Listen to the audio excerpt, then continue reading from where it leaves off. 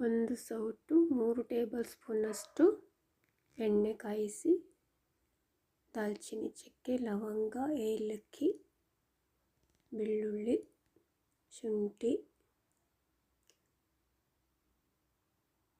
ಒಂದು ಈರುಳ್ಳಿ ಹಾಕಿ ಚೆನ್ನಾಗಿ ಫ್ರೈ ಮಾಡಿ.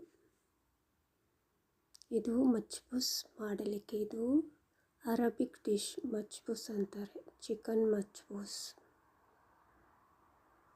ಇದು ಸ್ವಲ್ಪ ಹೊತ್ತು ಹೀಗೆ ಫ್ರೈ ಮಾಡಬೇಕು. ಕಾಳು ಮೆಣಸು 8-10. ಈಗ ಒಂದು ಚಿಕನ್ ಲೆಗ್ ಈ ಥರ ಹಾಕೋದು, ಅರ್ಧ ಕೋಳಿ ಕೂಡ ಹಾಕ್ಬೋದು. ಈಗ ಮುಳುಗುವಷ್ಟು ನೀರು ಹಾಕಿ ಚೆನ್ನಾಗಿ ಬೇಯಿಸಬೇಕು.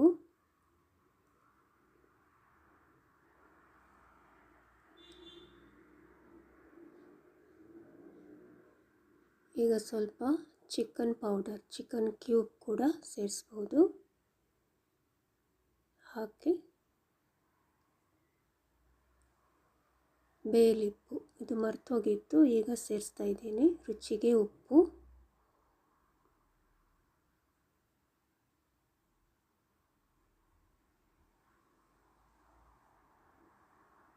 ಮುಚ್ಚಿ ಚೆನ್ನಾಗಿ ಬೇಯಿಸಿ ಚಿಕನ್ ಬೇಯುವವರೆಗೆ. ಈಗ ಚಿಕನ್ ಆಲ್ಮೋಸ್ಟ್ ಬೆಂದಿದೆ, ಸ್ವಲ್ಪ ಬೇಯಬೇಕು. ಈಗ ಸ್ವಲ್ಪ ಸಾಫ್ರನ್ ನೀರಿನಲ್ಲಿ ಕರಡಿ ಇಟ್ಟಿದ್ದೆ, ಅದನ್ನು ಸೇರಿಸಿದ್ದೀನಿ. 1 ಗ್ಲಾಸ್ನಷ್ಟು ಬಾಸ್ಮತಿ ರೈಸನ್ನು ತೊಳೆದು ನೆನೆಸಲು ಇಟ್ಟಿದ್ದೇನೆ. 20 ನಿಮಿಷನಾದರೂ ನೆನೆಸಬೇಕು.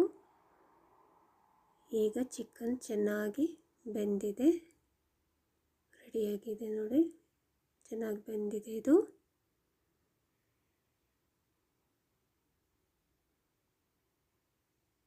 ಈಗ ಇದನ್ನು ತೆಗೆದು ಓವನ್ ಟ್ರೇನಲ್ಲಿ ಇಡ್ತಾ ಇದ್ದೀನಿ.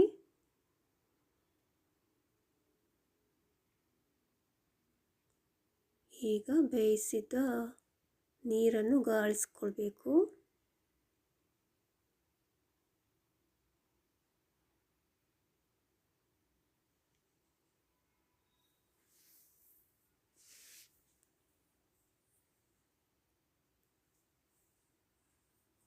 ಚೆನ್ನಾಗಿ ಗಾಳಿಸ್ಕೊಂಡು ಮತ್ತೆ ಪಾತ್ರೆಯಲ್ಲಿ ಹಾಕಬೇಕು. 1 ಗ್ಲಾಸ್ ಅಕ್ಕಿ ತೊಗೊಂಡಿದ್ದೀನಿ, ಅದಕ್ಕೆ 2 ಗ್ಲಾಸ್ಗಿಂತ ಸ್ವಲ್ಪ ಜಾಸ್ತಿ ಸೇರಿಸ್ತಾ ಇದ್ದೀನಿ. ಕರೆಕ್ಟ್ ಆಗಿದೆ, ಅದು ಸ್ವಲ್ಪ ಜಾಸ್ತಿ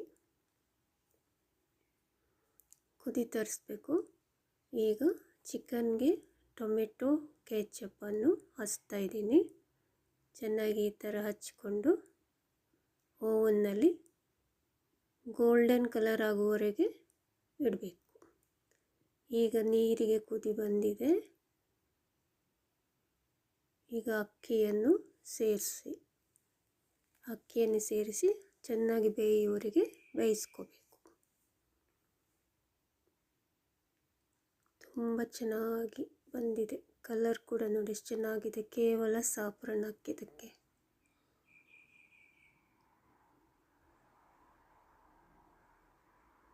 ಈಗಲೇ ರುಚಿಗೆ ಬೇಕಾದರೆ ಉಪ್ಪನ್ನು ಸೇರಿಸ್ಕೋಬೇಕು.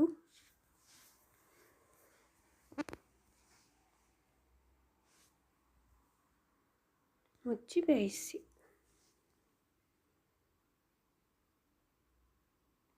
ಈಗ ಇದಕ್ಕೆ ಹೊಂಬಣ್ಣ ಬಂದಿದೆ, ಗೋಲ್ಡನ್ ಕಲರ್ ಆಗಿದೆ, ಇಷ್ಟಾದರೆ ಸಾಕು. ಈಗ ಅನ್ನ ಕೂಡ ರೆಡಿಯಾಗಿದೆ, ನೋಡಿ ಎಷ್ಟು ಚೆನ್ನಾಗಿ ಬಂದಿದೆ ಅಂತ. ಈಗ ಇದನ್ನು ಸರ್ವ್ ಮಾಡೋಣ.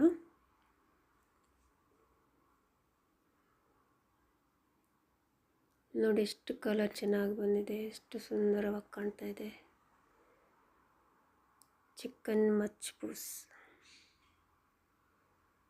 ಆಹಾ ಘಮ, ಎಂಥ ಘಮ ಘಮ, ಸಾಫ್ರನ್ ಘಮ ಕೂಡ ಚೆನ್ನಾಗಿ ಬರ್ತಾ ಇದೆ.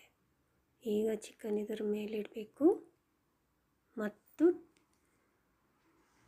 ಟೊಮೆಟೊ ಸಾಸ್ ಅಂತ ಮಾಡ್ತಾರೆ, ಡಕ್ಕೂಸ್ ಅಂತಾರೆ, ಡಕ್ಕೂಸ್ ಜೊತೆಗೆ ಸರ್ವ್ ಮಾಡಬೇಕು. ಟಕ್ಕೂಸ್ ಮಾಡೋ ಸಲುವಾಗಿ 2 ಟೊಮೆಟೊಗಳನ್ನು ಈ ಥರ ಮ್ಯಾಶ್ ಮಾಡ್ಕೊಳ್ತಾ ಇದ್ದೀನಿ. ಮಿಕ್ಸಿಲಿ ಮಾಡಿದರೆ ಒಳ್ಳೆಯದು. ಅದನ್ನು ಪಾತ್ರೆ ಹೀಗೆ ಹಾಕಿ ಚೆನ್ನಾಗಿ ಬೇಯಿಸಬೇಕು. ತುಂಬ ಸುಲಭ, ಏನು ಹಾಕೋಂಗಿಲ್ಲ. ಸ್ವಲ್ಪ ಬೆಳ್ಳುಳ್ಳಿ ಸೇರಿಸ್ಬೇಕು, ಜಜ್ಜಿ.